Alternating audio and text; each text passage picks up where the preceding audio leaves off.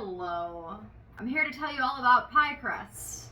I'm also stoned to the bone. Can you tell I got new lighting in here? It's 420 degrees outside, so I'm gonna do the best I can. But I thought I'd bring you along on the journey of the pie I'm making this afternoon, which is a pineapple rhubarb pie. We'll talk more about that in a minute. I'm going to walk you through pie crust. I'm going to explain why each thing I'm doing is important and what to do if stuff goes wrong. So let's go. I've heard from some people that pie crust is actually quite intimidating, which makes me smile because when I was a beginner baker, it also intimidated me. When you understand why pie crust ends up in that beautiful, buttery, flaky, crispy texture, you're more likely to achieve it. So let's hop in. So pie crust is made of 3 things usually. 4 if you include salt. Flour, butter, fat like butter or Crisco or a combination of both, and cold liquid like ice water. So before I hop into my own pie, let's talk about the difference between butter and shortening, okay?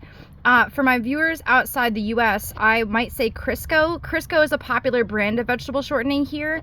I'm using all butter today, which is probably a mistake due to the heat, but Crisco is important to talk about for beginner pie making, and here's why. First of all, butter has a lower melting point than shortening, right? Because shortening is also 100% fat, so there's not that percentage of water content like there is in butter. Now, the water in butter is not so bad. It actually creates steam in your flaky pockets during the baking, which helps them rise, while Crisco crust might retain a sturdier shape while still giving us those beautiful crispy flakes. Butter is a bit easier for intermediates to expert bakers because we're a bit more familiar with its heat dramatics, and shortening is great to incorporate into your crust, whatever level you're on, because it's just less dramatic and won't work into the flour as easily, right? So that makes cleaner, tiny lumps, and that slows down that gluten development. Because remember that heat affects gluten development, right? Heat in the air, heat in our hands, heat in the oven. So Crisco helps mitigate overworking our gluten strands that come together in the flour while we're cutting it in and stirring it up. All butter pie crust is wonderful when you seek a rich, buttery, flavorful crust, while shortening cuts the flavor a bit and allows more of a focus on your beautiful filling. So feel free to screenshot this or whatever, it's gonna be in the cookbook. And then it gets the salts. We love salts. There are certain things that I do to jazz up my pie crust, and I'm going to show you all of those tricks. And I'm also going to show you how to repair pie crust that's broken, because I think it probably will fucking happen. I've got my ice water here. It's been sitting with actually some reusable ice cubes. It's really important that the water's cold, because not only is it going to keep your butter cold, but also the temperature of the water, it has an effect on the development of the gluten, and we want our gluten to be able to rest for this whole process so that our pie crust doesn't shrink up and get tough in the oven. My butter is cold, but not impossible to cut. We're gonna make it even colder later. And my secret ingredient in pie crust is apple cider vinegar. And I'm gonna sub a few tablespoons of the half a cup of ice water with that. So I'll measure my ingredients. My pie crust recipe calls for 2.5 cups of flour. A lot of people, myself included sometimes, make pie crust by feel, but I just don't feel like dealing with the uncertainty today. So I'm going to weigh it out just for shits and giggles, and we'll see where we're at. The humidity also affects the pie crust's moisture, so sometimes it's best to adjust by feel anyway. So what I like to do is put 120 grams of flour in there, hit tare, do another 120, oops, and then do the 60. And because this is a sweet pie, also in goes a tablespoon of sugar and a teaspoon of salt, because you always want to have the fucking salt. Salt has a bigger impact on flavor than any other ingredient. Salt, fat, acid, heat. Amazing book if you haven't read it. Now I'm going to cut my butter. And you're going to be cutting it into the flour as you go, but it's best to start with it cubed, because it's just easier to get small pieces. You know, you're not trying to like mash 2 sticks of butter with a fork, or 2 forks, or 3 forks, or however many hands you have. You want those pea-sized lumps to be cold. It's really important because they will melt to create those flaky pockets, those crispy flaky pockets that we love so much when we are eating pie. It's fine to do this with a food processor. A lot of recipes will tell you to pulse it in a food processor to get those little bits of flour You can also use a pastry cutter, which is what I'm going to use today, or you could even use 2 forks. So pie crust is pretty accessible to kitchens who don't have those fancy gadgets. This is about the size that I cut my butter to. I had to wash my pastry cutter. So I'm going to whisk together the dry ingredients, which is my flour, my salt, and my sugar. I'm going to add the butter into the bowl. Boop. I like to give it a toss with my hands. I don't know why I do this. It's probably not necessary. And then I'm going to take my pastry cutter and start cutting it in. And it's going to be a lot of doing this with your arm if you do. But as I do, I'm seeing smaller and smaller lumps and cut pieces of butter. And the flour's moving around in there and coating them all so they're not sticking together. They're just evenly distributed tiny butter lumps throughout your flour mixture. So those lumps of butter are now around pea size. I've got a teaspoon in there for scale. Now it's time to swap out a couple tablespoons of this ice water with a couple tablespoons of apple cider vinegar. I find that this really gives your pie crust a nice pop. You won't be able to taste vinegar, but there will be something about it. I just scooped a couple tablespoons out of the measuring cup, and I'm just gonna level it off at half a cup with my, just a little fruit pour. And like I said, the moisture of pie crust reacts to the environment, so you may need a little bit more water, you may need a little bit less, just make sure it's cold. I removed my ice cubes. If you're using real ice cubes made of water, make sure that there's not too much water in your cup now, because some of it will have melted. And I'm just gonna drizzle in like a little bit at a time. And honestly, I'm gonna mix it with my hands. It's fine. If you can't do the sensory thing, a wooden spoon or a rubber spatula or whatever is probably fine because they've been doing this for thousands of years, or have they? Did they have pie crust at that point, or was it just bread? So as I'm mixing with my hands, it's turning into this sort of like shaggy crust dough mixture, and you'll see if I give it a squeeze, it holds together, but it is in kind of dry pieces in the bowl. And that's exactly where you want to be, because it's not supposed to look like a dough yet. That's going to happen in the fridge, and then you roll it out, and then it is one. And I didn't even use all the liquid. See, humidity. Do it by feel.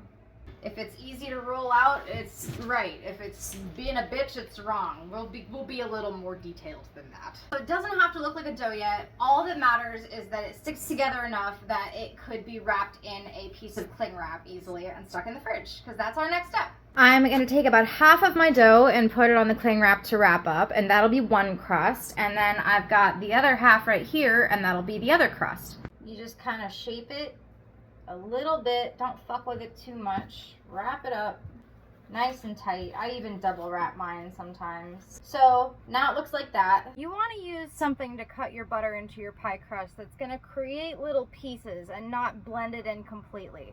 That's why we don't want to use like a stand mixer, for example, unless you have a pastry blade attachment. Because if you incorporate the butter too much into the flour, then you're going to lose those pieces that melt in the oven and create those nice flakes. These 2 discs are tightly wrapped in plastic. They're gonna go in the refrigerator for at least 2 hours. 2 things are happening during this. One, the gluten has enough time to relax properly, because if you think about it, we just really developed it a lot by playing with it with our fingers, adding heat, and just toughening those protein strands in the flour. So we're gonna give it a chance to rest, and then it'll be easier to roll out. The other thing that happens is the butter stays cold. This is really important. We don't want to put our pie dough rounds in the freezer because then they'll be too hard to roll out, but we are going to freeze our dough a little bit more at some point. All of this might seem really complicated, but it's really not. Let me break it down for you again. So I'm going to step away for a little bit, and I'm going to make my filling, and then I'll be back when that crust is ready to roll. Now, when we go back in the house, I'm gonna roll out the pie crust and we're gonna get it into the pan, and I'm gonna show you what the heck is next. I also took off my lipstick. Well, you know. I've got 5 cups of rhubarb here, which I've bullshitted because it usually is 5 or 6 apples for an apple pie. I've got 1 can of crushed pineapple, which I strained with a cheesecloth to get a lot of the moisture out. I know it's like, who has a cheesecloth, but I like having a cheesecloth. I'm only putting 1/4 cup of sugar in here because as tart as rhubarb is, it's being accompanied with pineapple today, so that's a very sweet and sugary fruit. So only 1/4 cup of sugar in this pie filling. I'm also browning some butter on the stove. I saw that some other rhubarb baked goods have brown butter, so we're doing that. A healthy pinch of salt. I'm gonna mix this by hand, and then I'm gonna add my brown butter. You can mix it with whatever you want. Here's my brown butter, and here's our filling. Now I'm gonna roll out my dough on a lightly floured surface. Let's go. I'm doing it with my 6mm rings. You can do whatever you wanna do. If it comes apart, just piece it back together, just push it back together and keep rolling it out. Good also to sprinkle the top of the dough because you don't want your pin to stick to the... In a tragic turn of events, I've discovered that each of my circle discs wasn't enough for a top crust and a bottom crust, so I'm rolling it out into one mega crust. Apologies for the inconsistency. I'm also rolling them to be a little thinner. So see how that's broken apart? We're gonna take a second and fix that right there. So I wipe my fingers and I'm just gonna push this back together. And before you roll it out again, just sprinkle a little bit more flour on top so that the pin doesn't stick to the wet spot, and you should be good to go. I'm having to do that for a couple of different spots today, and that's perfectly okay. You'll just fit it in there and you just get it in the pan. Get it in the pan at all costs. Holy frick, I'm getting tired. The first thing I'm gonna do is gently lift around underneath to make sure that it's not sticking anywhere, and if it is, heaven help us, but we'll figure it out. I'm not gonna do the method today where you roll it around the rolling pin. I think it's probably gonna break a little bit no matter what I do because, I don't know, it just is. So no matter what happens when you're transferring it, you can just piece it into the pan, push it together a little bit, and it will be fine. Have confidence, be fearless. See, not so bad. Press it in. I'm gonna show you. That's what it looks like. We're gonna make it look beautiful. What I'm doing is just pressing it up against the walls of the pie tin with my fingers, just gently molding it in a little bit. I'm gonna cut around the edges. I'm gonna pop it in the fridge in a minute so that it can chill again. If you play with it too much with your hands, you're gonna melt the butter, it's gonna get too incorporated, and then you're gonna lose those flaky pockets. Gonna freeze that for 30 minutes. Now is a great time to make decorations with your leftover crust. You can kind of just knead a little bit together and roll it out again. Don't do it too many times because you don't want to toughen up your gluten. I'm so hot, I almost gave up, but I'm gonna reapply my lipstick and that'll give me the gumption to continue. Crust recipe off the top of my head made, I guess, 1 pie crust instead of 2, which shows what I know. I'm the expert, right? But it's gonna be a damn good pie crust. And if it's not, it's only the whole internet watching. Here's my filling: rhubarb, pineapple, salt, and brown butter. That's it. And sugar. This is what we're working with. And I'm going around the edges with a fork now, and I'm pushing it down to make those little lines. I forget what they're called. The reason I didn't do this when it was being shaped before is just because I didn't want to work it too much in the heat. I forget what they're called. It's like on the tip of my tongue. So I'm making an egg wash. I normally use some egg and milk, but I don't have milk today, so I'm using egg and just a little bit of water, giving it a really good... Take this and start doing this, and I'm gonna put the camera down so I can do it fucking properly. All the way around the edges, and then I'm gonna glue on my decorations just to the edges of the crust, not on top, just because there's not too many of them with the little crust I had, and I want it to look nice. I don't want it to look like little pieces here and there. And then I'm gonna egg wash the tops of the decorations too. This is really fun, and I'm glad that I'm finishing the video today. So thanks for cheering me on if you did on Facebook on that one post. Because I almost didn't finish filming this shit. Hell yeah.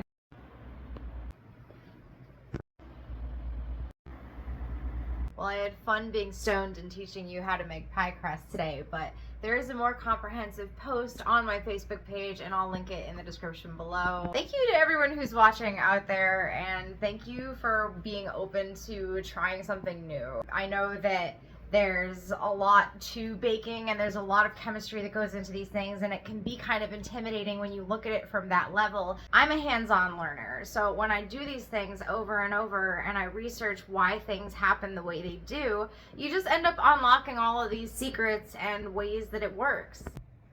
And you can do all kinds of stuff to pie crust, honestly. You can put pumpkin pie spice or citrus zest or chai spice or espresso powder in your flour mixture. You can put vinegar or bourbon or rum or any strong tasting liquid in your ice water, and it will make an impact on flavor. Don't be afraid of salt. It balances out the sweetness. It balances out the tartness. It's excellent for this. I'm real glad that we could do this today, and I'll see you next time. Good morning, my creaky, freaky little creature. Asleep on a piece of Halloween fabric. Hello.